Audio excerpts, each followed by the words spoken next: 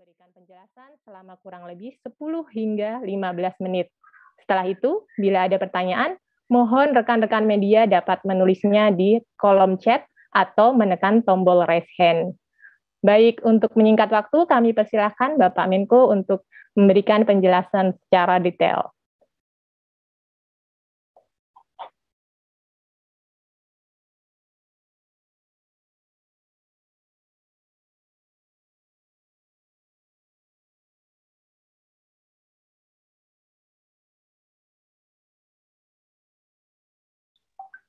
Kami persilakan Pak Menko untuk memberikan penjelasan. Ya, Assalamualaikum warahmatullahi wabarakatuh. Terima kasih teman-teman media. Kami baru menyelesaikan pertemuan dengan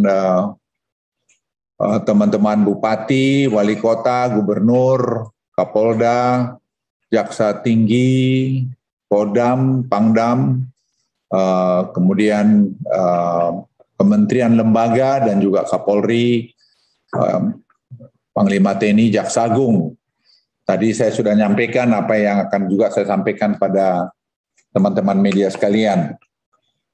Ini saya mulai dulu apa yang terjadi. Jadi Presiden memerintahkan saya 2 hari yang lalu untuk menyiapkan penanganan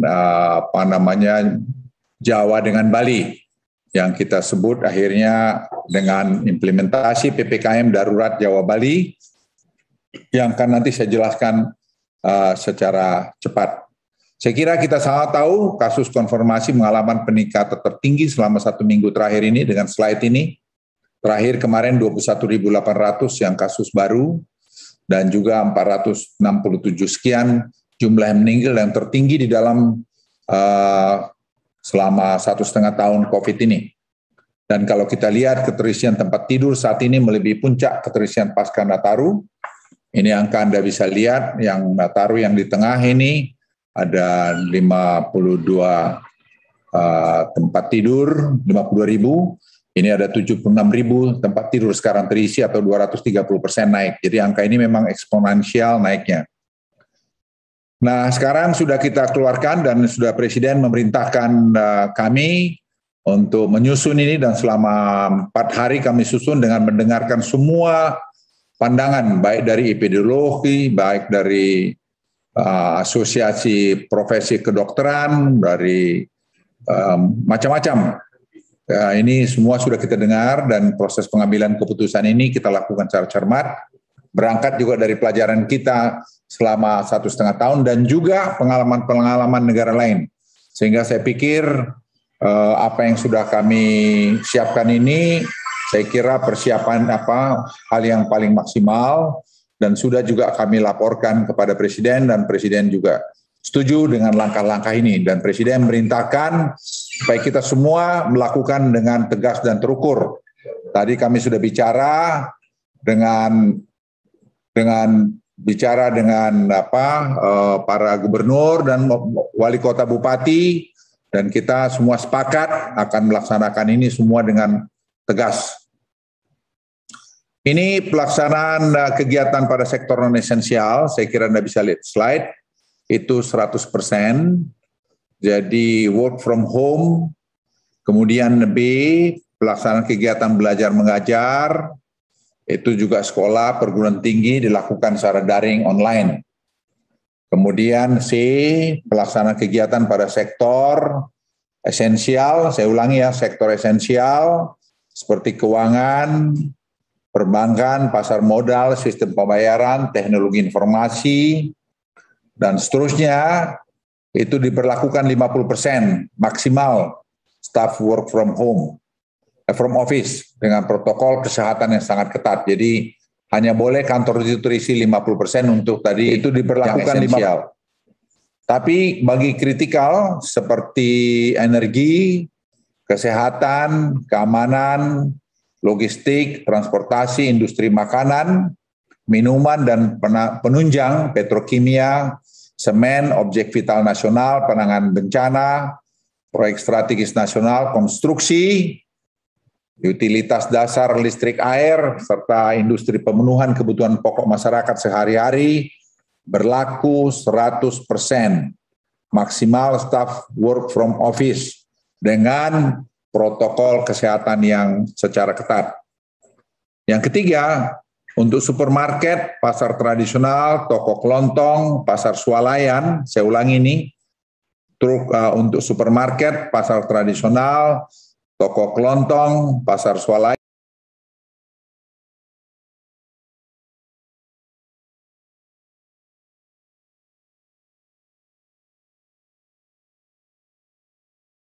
yang menjual kebutuhan dengan kapasitas pengunjung dan apotek, toko obat buka 24 jam. 24 jam. Kegiatan pada pusat perbelanjaan, mal, pusat perdagangan ditutup sementara. Saya ulangi, ditutup sementara. Jadi tidak ada mal yang buka selama sampai tanggal 20.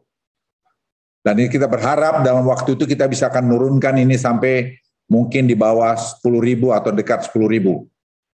Pelaksanaan kegiatan makan minuman di tempat umum, warung makan, rumah makan, kafe, pedagang kaki lima, lapak jalan, jajanan, baik yang berada pada lokasi tersendiri maupun berlokasi pada pusat perbelanjaan mal, hanya menerima delivery takeaway dan tidak menerima makan di tempat atau dine-in.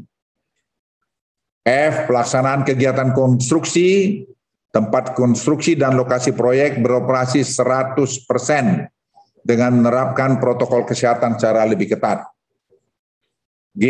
Tempat ibadah, masjid, musola, gereja, pura, wihara, kelenteng, serta tempat umum lainnya yang difungsikan sebagai tempat ibadah ditutup sementara. Fasilitas umum, area publik, taman umum, tempat wisata umum, dan area publik lainnya ditutup sementara. Kegiatan seni budaya, olahraga, sosial kemasyarakatan, lokasi seni budaya, sarana olahraga, dan kegiatan sosial yang dapat menimbulkan keramaian dan kerumunan ditutup sementara. Nah, selanjutnya transportasi umum, kendaraan umum, angkutan massal, taksi konvensional dan online, dan kendaraan sewa rental diberlakukan dengan pengaturan kapasitas maksimal 70% dengan menerapkan protokol kesehatan secara lebih ketat. Untuk resepsi pernikahan dihadiri maksimal 30 orang dengan menerapkan protokol kesehatan secara lebih ketat dan tidak menerapkan makan di resepsi. Penyediaan makan hanya diperbolehkan dalam tempat tertutup dan dibawa pulang. Ini juga tadi karena bisa menjadi sumber klaster baru.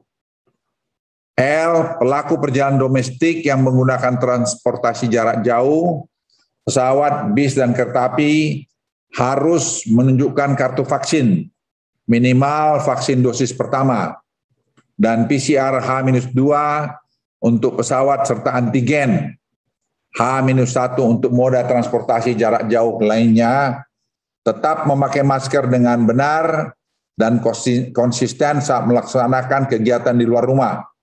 Tidak diizinkan menggunakan face shield tanpa menggunakan masker.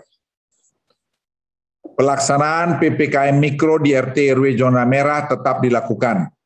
Tadi saya ingin garis bawahi, penggunaan kartu vaksin ini tujuannya adalah untuk kita menghindari orang lain tertular dari kita atau sebaliknya. Dan juga untuk menambah orang lain yang mendapat vaksin. Karena dengan vaksin akan bisa melindungi kita dari serangan COVID-19. Gubernur DKI Jakarta untuk wilayah ini juga daerah-daerah yang kena, saya kira Anda bisa dilihat di slide. Gubernur DKI Jakarta untuk wilayah kabupaten dengan kriteria level 4, itu sudah tertera, seluruh DKI sudah kena. Jadi kita akan lakukan ketat betul di DKI. Gubernur Banten dan Bupati Wali Kota untuk wilayah kabupaten dengan kriteria 3, Level 3 yaitu Tangerang dan seterusnya, Anda bisa lihat. Dan untuk level 4 yaitu Tangerang Selatan dan Kota Tangerang dan Kota Serang. Gubernur Jawa Barat dan Bupati Wali Kota untuk wilayah kabupaten dengan kriteria level 3 itu cukup banyak. Silakan saudara-saudara lihat Kabupaten Sumedang, Sukabumi dan seterusnya. Level 4 juga sudah cukup panjang yaitu Kabupaten Purwakarta, Kabupaten Kerawang, Kabupaten Bekasi dan seterusnya.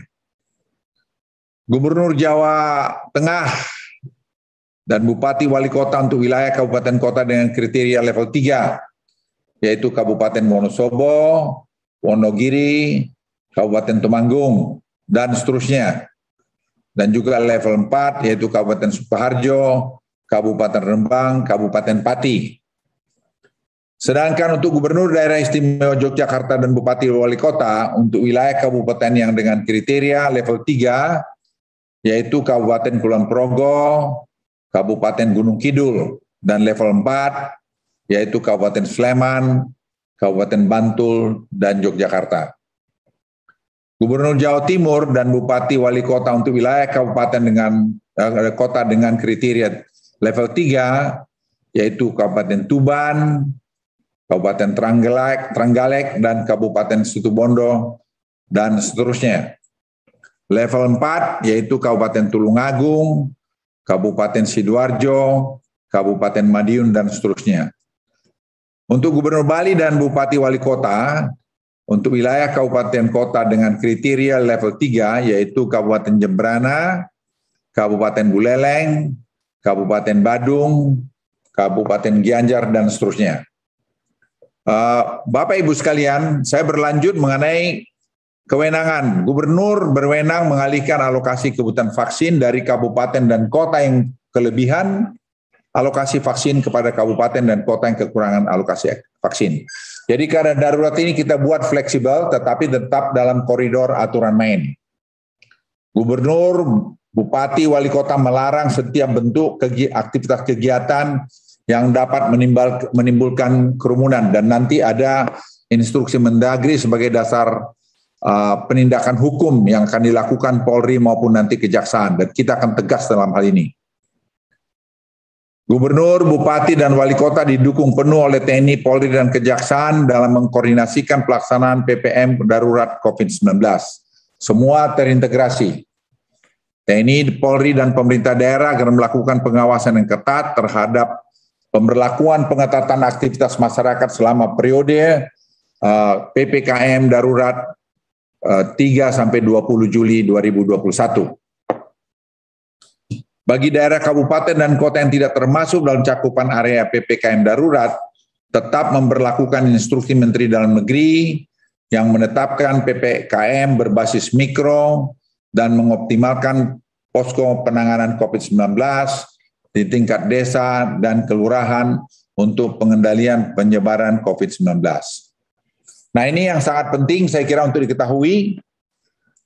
Dalam hal gubernur, saya ulangi, dalam hal gubernur, bupati, wali kota tidak melaksanakan ketentuan pengetatan aktivitas masyarakat selama periode PPKM darurat dan ketentuan poin 2 di atas dikenakan sanksi administrasi berupa teguran tertulis 2 kali berturut-turut sampai dengan pemberhentian sementara sebagaimana diatur dalam pasal 68 ayat 1 dan ayat 2 Undang-Undang Nomor 23 Tahun 2014 tentang pemerintahan daerah.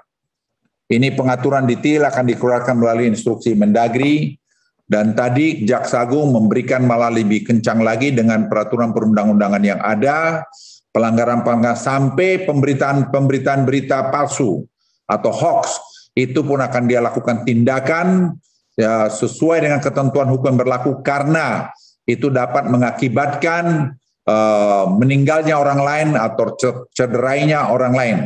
Jadi saya ingatkan kepada kita semua, jangan bermain-main dengan berita hoax, karena ini menyangkut masalah kemanusiaan. Terkait ketersediaan oksigen, kami sudah meminta kepada Menteri Perindustrian agar memerintahkan para produsen oksigen mengalokasikan 90% produksinya untuk kebutuhan medis. Tadi kami sudah rapat dan kita sudah tata ya dari apa yang kita lihat, kalau keadaan seperti ini, insya Allah kita akan semua tidak ada masalah soal ini. Termasuk suplai obat-obatan. Tadi Menkes juga ada di sini, nanti akan memberikan penjelasan. Nah, pola operasi PPKM darurat yang di wilayah Jawa Barat dan Bali, saya kira sudah bisa terlihat jelas tingkat pusat apa yang dikerjakan, tingkat provinsi apa, dan tingkat kabupaten kota juga apa. Jadi semua sudah jelas siapa berbuat apa. Nah, saya masuk pada bagian sedikit yang penting sekali untuk dipahami. Presiden memberikan instruksi ini bukan sekedar untuk penanganan COVID, tapi juga penanganan khususnya rakyat yang bawah, marginal. Itu supaya mereka penderitanya jangan bertambah-tambah. Ini penting sekali para media untuk ketahui, perintah Presiden itu clear, loud and clear. Dan itu diberitahu ke saya. Jadi jangan sampai rakyat ini menderita berkelanjutan. Oleh karena itu tadi kami sudah rapat mengenai bansos. Nah, karena jujur kita juga tidak pernah memprediksi setelah Juni tahun ini keadaan ini terjadi lonjakan lagi. Karena inilah yang kita ketahui baru. Jadi banyak ketidaktahuan kita mengenai COVID ini. Dan ternyata setelah bulan Juni ini kenaikannya luar biasa. Dan oleh karena itu tadi kami sepakat bansos akan digulirkan lagi. Jadi tadi Ibu Risma, Ibu Menteri Keuangan, Gubernur BI, dan juga beberapa teman-teman lainnya, kami telah bertemu dan kami sudah sepakat untuk ini semua kita bantu lagi. Pemulihan ekonomi juga telah terjadi di pertengahan tahun 2021 ini. Jadi kalau ada pengamat mengatakan begini begitu, saya pengen juga ketemu dia. Ini data yang menunjukkan. Ya, data menunjukkan. Jadi kalau bersoal tidak usah cari popularitas publik, datang saja ketemu saya akan layani untuk bicara di mana. Jadi jangan kita bohongi rakyat itu. Ini data-data saya kira bisa dilihat, pemulihan ekonomi menunjukkan keberhasilan, langkah-langkah kebijakan yang dilakukan pemerintah selama masa pandemi ini. Selama masa pandemi ini, kita berhasil, Presiden berhasil semua bernavigasi di antara keadaan-keadaan yang sulit. Pemerintah telah melakukan koordinasi untuk menambah dan mempercepat penyaluran bantuan sosial selama PPKM darurat, terutama untuk melindungi masyarakat menengah ke bawah. Jadi Presiden menekankan masyarakat menengah ke bawah betul-betul harus dilindungi. Melalui langkah tersebut, dampak PPKM darurat akan dimitigasi dan recovery ekonomi kita juga dapat pulih lebih cepat dari sebelumnya. Jadi teman-teman media, ini saya sampaikan briefing saya, dan ini tadi yang saya sampaikan juga pada teman-teman Bupati, Wali Kota, Gubernur. Dan sekarang saya siap menerima jawab pertanyaan dari Anda sekalian. Silakan. Baik, terima kasih penjelasannya Bapak Luhut. Berikutnya mungkin kami berikan kesempatan dulu untuk Bapak Menteri Kesehatan untuk memberikan beberapa bahan yang bisa disampaikan ke teman media. Kami persilakan Bapak Budi.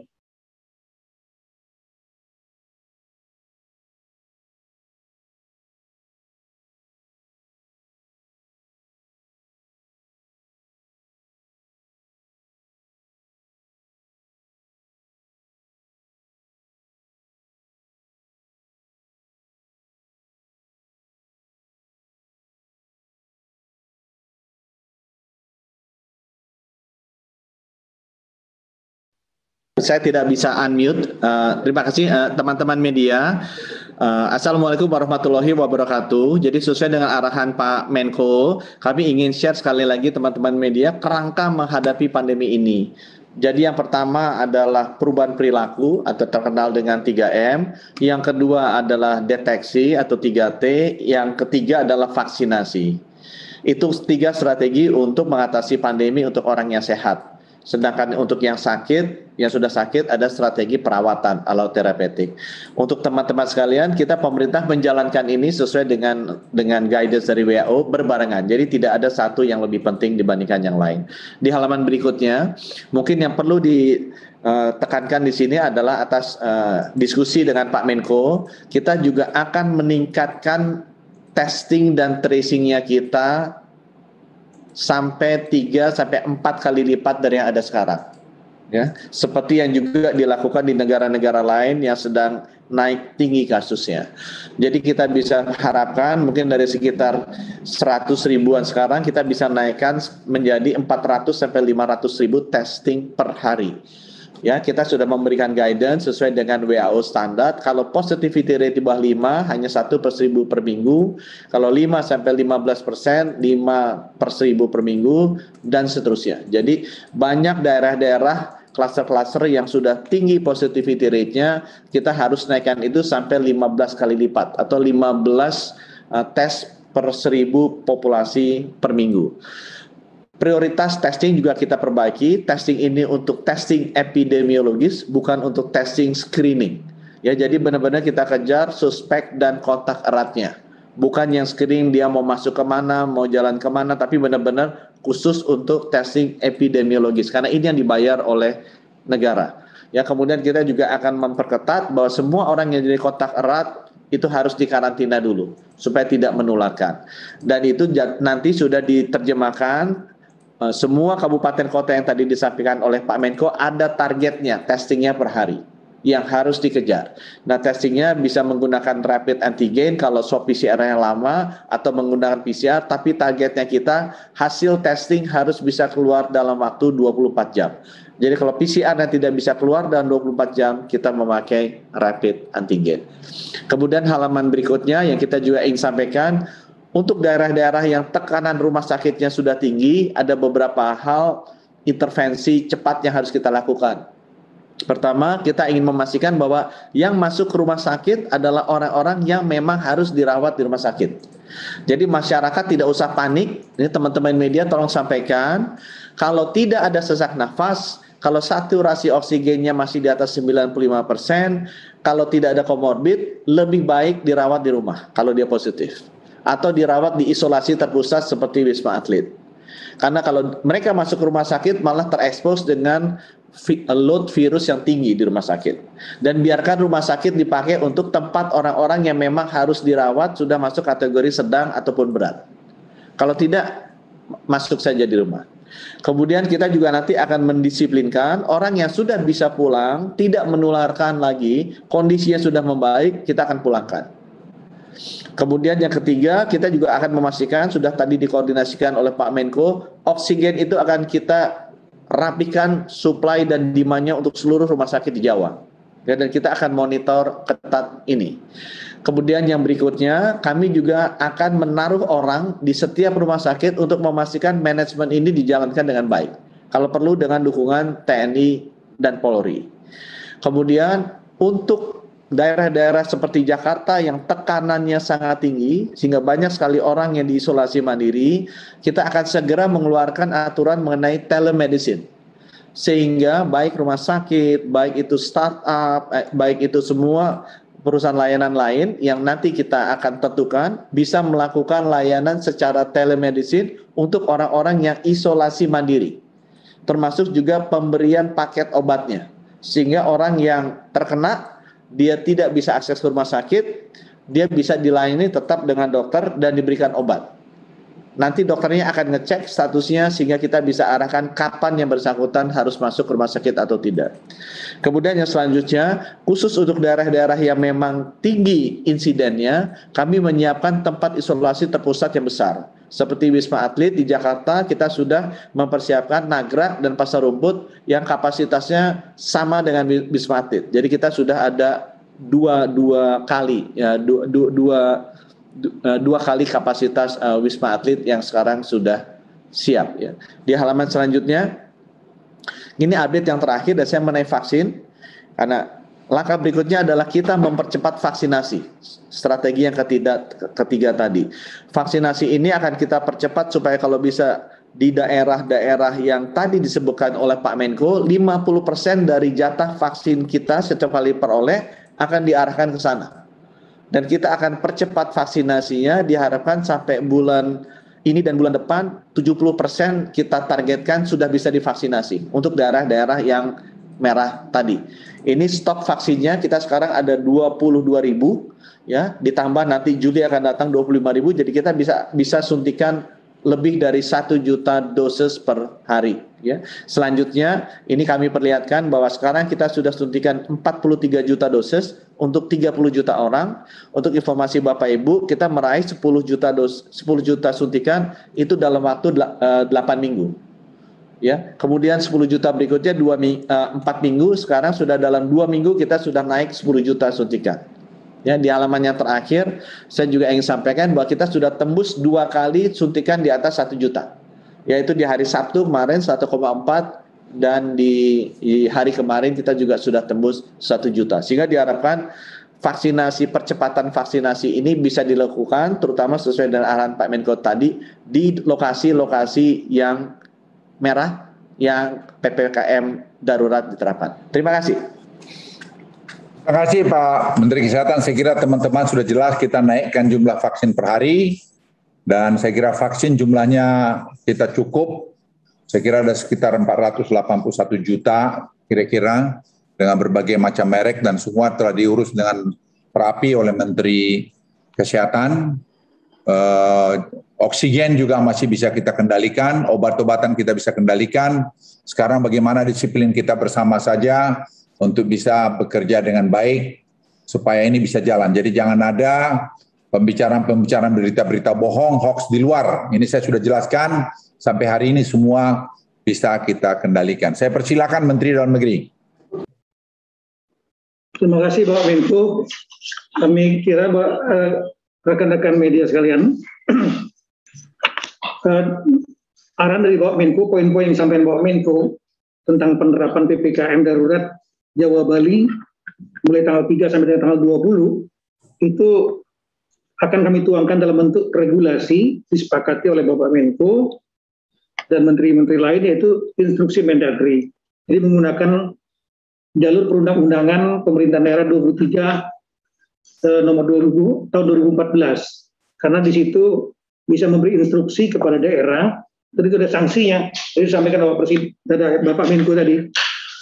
Kemudian ini draftnya yang sudah kami susun, namun ini sekali lagi belum final, jadi mohon jangan sampai disampaikan, karena ini nanti akan finalnya nanti kami serahkan kepada Bapak Menko untuk nanti dikoreksi. Kalau memang tidak ada koreksi lagi dari Pak Menko, atau kalau ada koreksi kami perbaiki, segera hari ini juga kami akan segera tandatangani dan share kepada seluruh kepala daerah di Jawa Bali.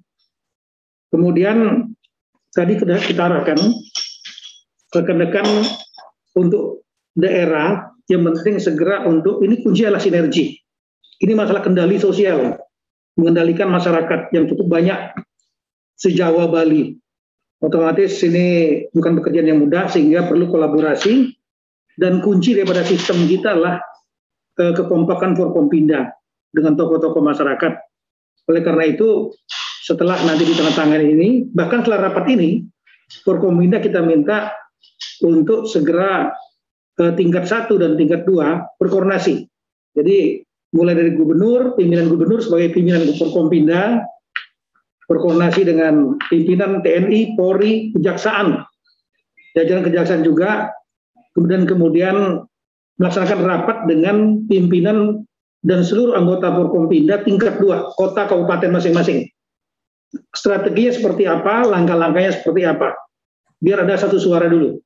Dan kemudian setelah itu di follow up dengan rapat Forkompinda tingkat 2 yang dipimpin oleh Bupati, Wali Kota, Dandim, Kapolres, Kajari, dan kemudian mereka memberi arahan kepada jajaran di bawahnya kecamatan secara bertingkat. Nah, ini kita harapkan dengan langkah-langkah itu, sambil nanti dari pusat, tadi dah arahan dari Bapak Menko tadi pada saat rapat, per 3 hari akan melakukan monitoring. Termasuk diantaranya nanti akan mungkin lebih ketat pada saat menjelang akhir dari periode ini, karena periode ini akhirnya nanti ada momentum penting, yaitu Hari Raya Idul Adha, yang juga ada kerawanan di situ. Sehingga nanti akan ada rapat khusus, saya kira mikiran nanti di bagian akhir nanti, khusus mengantisipasi Hari Raya Idul Adha. Kemudian yang mohon bantuan media, betul-betul mohon bantuan narasinya supaya masyarakat confident bahwa memang ini harus dilakukan. 3 minggu ini memang kita harus dilakukan dengan langkah-langkah yang tegas dan ketat. Karena memang kalau tidak kita lakukan, tetap saja akan menekan ekonomi. Kalau angka kasus COVID dan bornya juga hampir penuh, otomatis juga akan membuat masyarakat panik dan itu akan kontraksi ekonomi.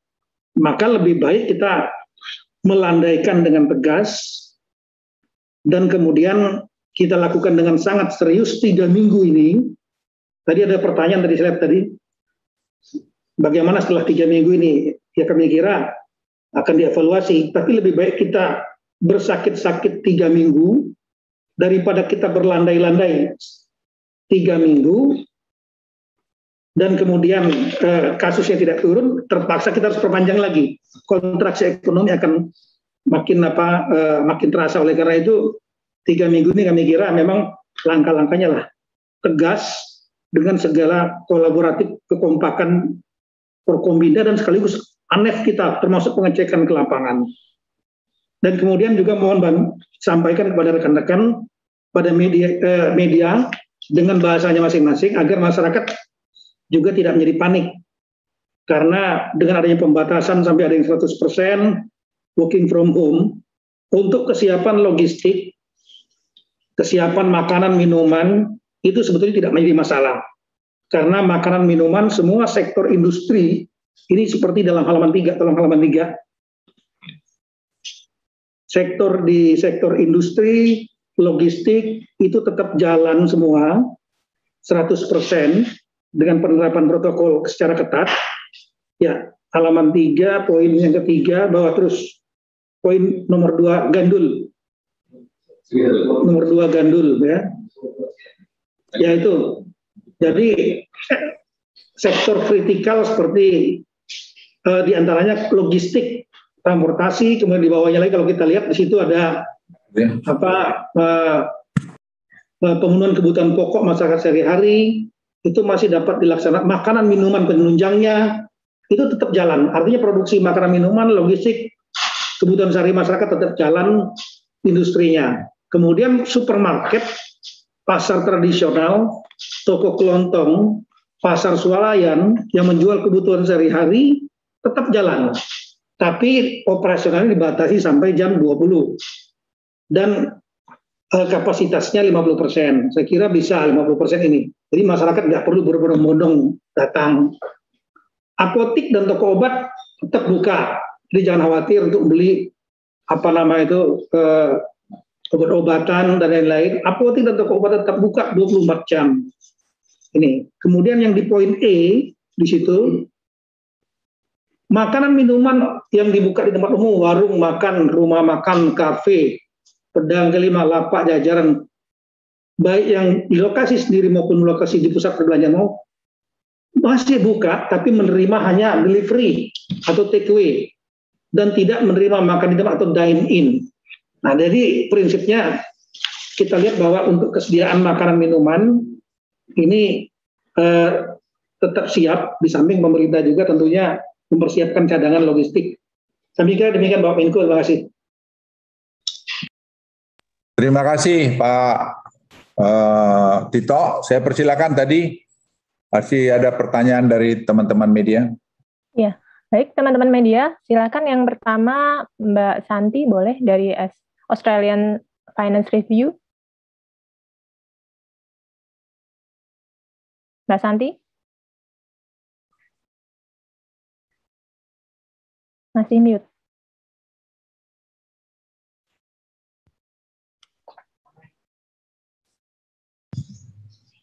Oke. Selamat sore Pak Menko, Pak Menteri. Terima kasih. Pertanyaan saya pertama untuk Pak Menko mungkin soal reopening Bali ya. Dengan adanya PPKM darurat ini, bagaimana nasib rencana pembukaan kembali Bali yang rencananya kalau Pak Gubernur kemarin bilangnya sih akhir Juli. Untuk Pak Menko demikian. Sedang untuk Pak Menteri Kesehatan, saya ingin bertanya tentang vaksin AstraZeneca. Sore ini ada kedatangan vaksin dari Jepang. Pertanyaan saya, adakah AstraZeneca dari Australia, ada bantuan dari Australia untuk vaksin di Indonesia. Nah, untuk Pak Menteri Dalam Negeri, Pak Tito, saya ingin bertanya tentang penegakan hukum bagi mereka yang melanggar aturan protokol kesehatan. Itu apakah masih sama seperti sebelum masa kedaruratan ataukah akan ada aturan baru yang mungkin lebih tegas? Terima kasih. Kalau tadi Bali, saya kira ya jawabnya Anda sendiri bisa jawab lah. Tidak mungkin dibuka lagi dengan ada Delta ini. Jadi kita tidak berpikir ke situ lagi sekarang. Kita sekarang berpikir bagaimana menurunkan, menyuntik sebanyak mungkin protokol kesehatan. Itu sekarang yang sedang kita lakukan. Terima kasih. Resmi ditunda ya Pak Menko? Ya, itu jawab aja sendiri. Jangan saya dong Pak.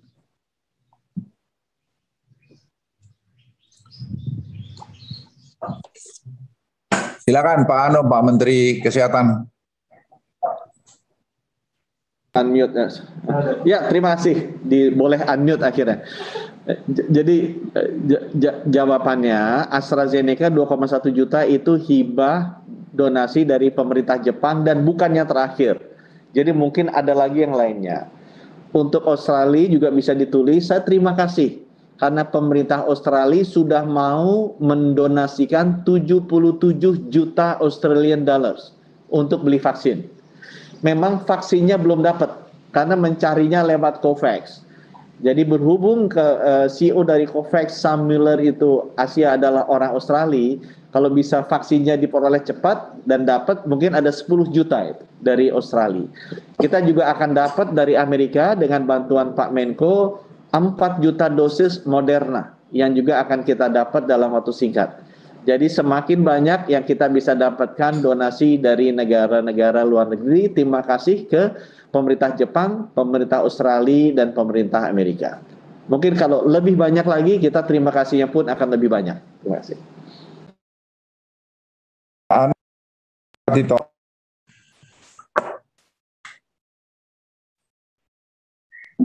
Tetap digunakan undang-undang yang ada. Misalnya undang-undang yang terkait dengan masalah penegakan protokol kesehatan pandemi, itu adalah undang-undang kekarantinaan kesehatan. Kemudian undang-undang tentang wabah penyakit menular. Semua itu ada sanksi pidananya. Di antaranya kalau seandainya terjadi kerumunan, membuat kerumunan besar yang membuat yang tidak sesuai dengan protokol kesehatan sehingga terjadi penularan, nah itu dapat dikenakan pidana. Bahkan pidananya cukup lama waktunya. Kemudian juga kalau seandainya KUHP juga bisa dikenakan kalau seandainya sudah diperintahkan misalnya untuk berhenti tidak melanjutkan perjalanan karena itu akan sudah diatur tidak boleh, atau misalnya ada tempat yang jam 8 harusnya ditutup, tapi kemudian tidak laksanakan, melawan, ya ada pasalnya, pasal 212 sampai dengan 218 KUHP, melawan perintah petugas yang sah. Tuh. Kemudian selain itu juga perda, peraturan daerah dan peraturan kepala daerah yang sudah dibuat dari tahun lalu, kami dorong, hampir semua daerah sudah memiliki perda dan perkada tentang ketaatan protokol kesehatan. Ya kalau yang perda itu ada sanksinya, itu sanksi pidana denda. Kemudian ada sanksi sosial. Sementara untuk yang perkada lebih banyak ke sanksi sosial. Nah ini juga dapat ditegakkan oleh Satpol PP bersama dengan Polri dan Kejaksaan menggunakan mekanisme namanya operasi justisi tindak pidana ringan. Jadi seperti tilang SIM itu cepat sekali. Nah ini untuk memberikan efek jera. Tapi sekali lagi penindakan adalah upaya terakhir. Yang terakhir juga ada Undang-Undang Nomor 23 2014 tentang pemerintahan daerah yang tadi disampaikan oleh Bapak Menko. Yang mohon nanti bisa ditegaskan di situ bahwa untuk kepala daerah yang tidak melaksanakan PPKM darurat ini juga dapat dikenakan sanksi, mulai dari sanksi administratif, teguran tertulis, sampai dengan ke sanksi pemberhentian sementara selama 3 bulan. Nah ini sudah disampaikan tadi kepada seluruh kepala daerah. Terima kasih. Silakan pertanyaan berikutnya. Berikutnya mungkin dari Mas Vincent dari Jakarta Post. Silakan. Ya, selamat siang. Terima kasih untuk kesempatannya. Selamat siang dan semoga sehat selalu Pak Menko, Pak Menkes, dan Pak Mendagri.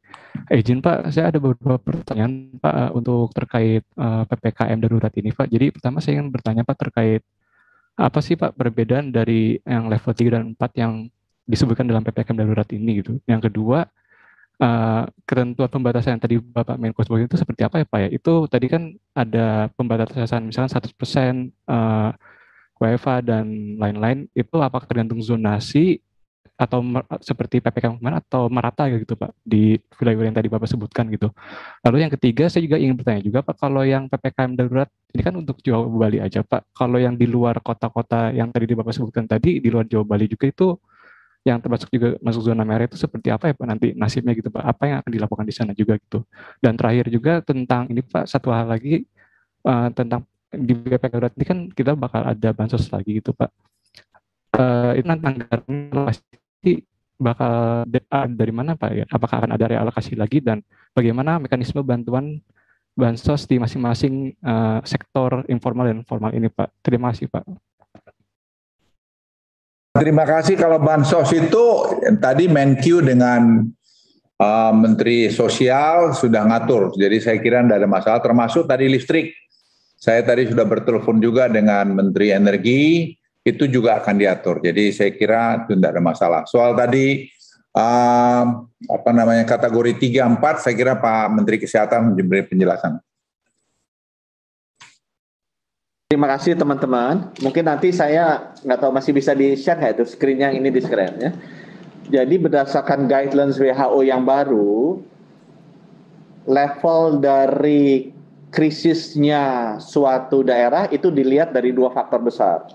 Satu, laju penularannya. Yang kedua, daya responsnya atau kesiapan kota, kabupaten untuk merespons. Laju penularan itu diukur 3 hal, yaitu banyaknya kasus konfirmasi yang mundur sebelumnya dulu. Kasus konfirmasi setiap 1.000 penduduk, berapa yang masuk rumah sakit setiap per 100.000 penduduk, dan berapa yang mati. Jadi 3 indikator itu harus konsisten. Jadi kadang-kadang kalau kita, itu sebelah kiri itu ya, laju penularan. Kalau kita ternyata kasus konfirmasi testingnya nggak dilaporkan semua, jadi kelihatannya bagus, hijau. Tapi yang masuk rumah sakit banyak, itu kan nggak make sense ya, atau yang mati banyak. Nah akhirnya WHO bilang, untuk indikator grup yang pertama, laju penularan, itu dilihat kasus konfirmasinya berapa. Level 1 di bawah 20 per 100.000, level 2 20 per 50 dan selanjutnya. Tapi dia cek juga yang masuk rumah sakit berapa, dia cek juga yang wafat berapa. Itu satu grup ya. Grup yang kedua adalah, itu geser coba, itu adalah kapasitas responsnya. Jadi berdasarkan, bukan itu tadi sih bilang. Jadi berdasarkan laju penularannya, gimana kapasitas respons dari daerah tersebut? Dia kuat apa enggak? Itu diukurnya adalah positivity rate. Jadi dilihat kapasitas testingnya bagus apa enggak. Kemudian dilihat tracingnya, dia bagus apa enggak? Ya, kuat apa enggak? Kemudian dari bed occupancy rate-nya. Kalau sudah masuk rumah sakit, diukur apa enggak?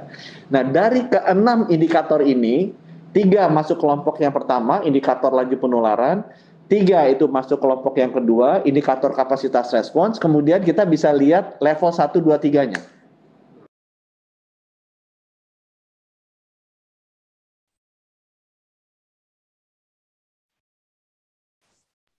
Jadi kelihatan itu indikator 3-nya tadi di bawah itu yang Pak Menko maksudkan. Jadi indikator 3 dan 4 adalah yang kapasitasnya terbatas atau sedang dan transmisinya tinggi. Ya. Apa itu? Mudah-mudahan bisa menjelaskan. Agak complicated, tapi kalau teman-teman wartawan mau dapatkan detailnya, nanti bisa saya kirimkan. Terima kasih. Ya, silakan pertanyaan terakhir. Nah, silakan dari Mbak Suci, Metro TV News.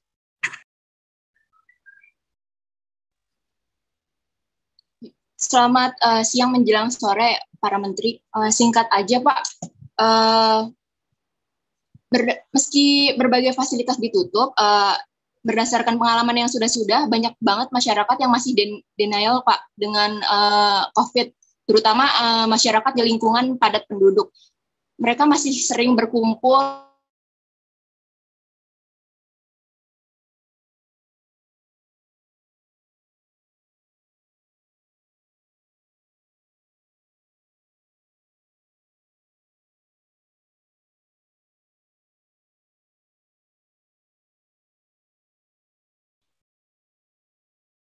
Izin saya bacakan aja Mbak Suci ya. Halo Mbak Suci, masih monitor?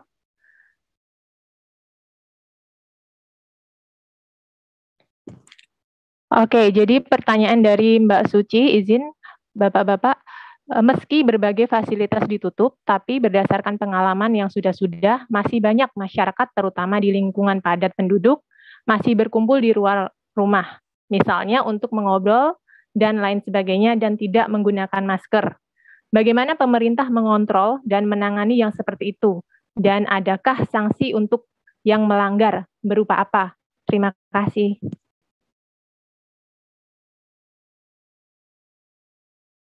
Ya, itu memang kita akan himbau semua pemuka-pemuka daerah untuk menyampaikan bahwa hal ini akan berbahaya untuk keselamatan kita rame-rame.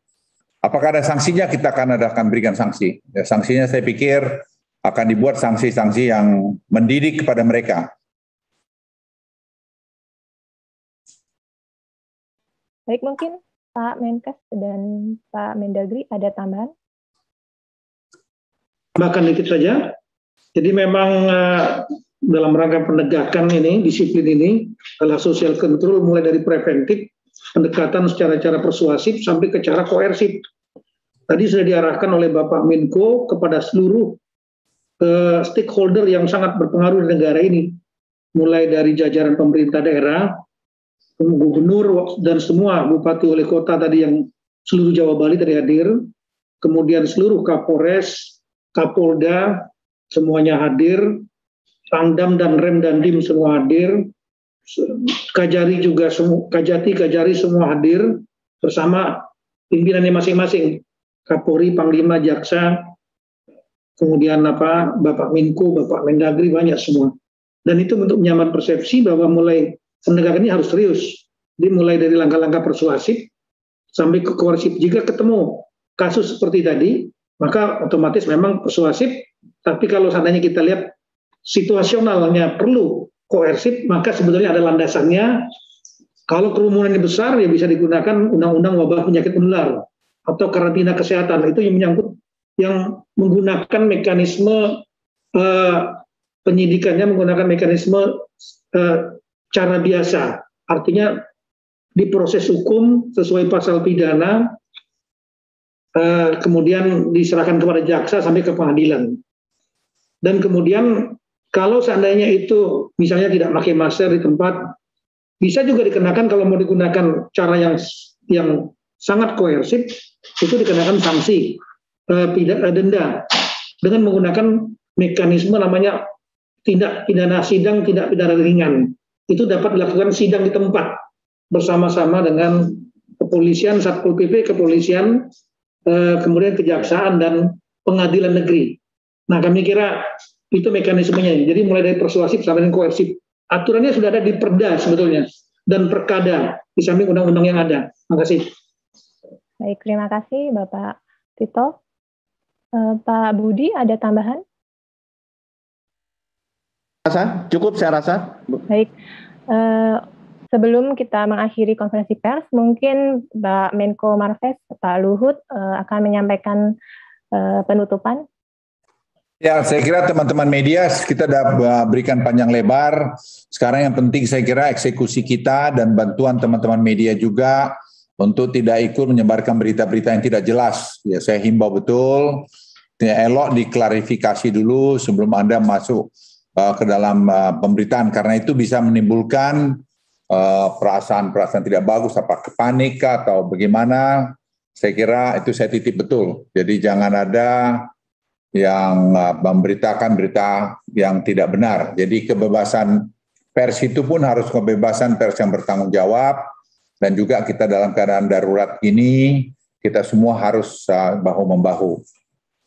Kami terus terang akan berupaya semaksimal mungkin membuat yang terbaik, tapi tanpa bantuan teman-teman juga itu susah ya. Jadi saya berharap peran dari media sebagai corong pemberitaan ya ke masyarakat agar betul memberikan berita itu yang baik. Jadi tidak usah dibesar-besarkan, tapi diberikan aja berita itu dengan benar dengan mengklarifikasi dulu terlebih baik.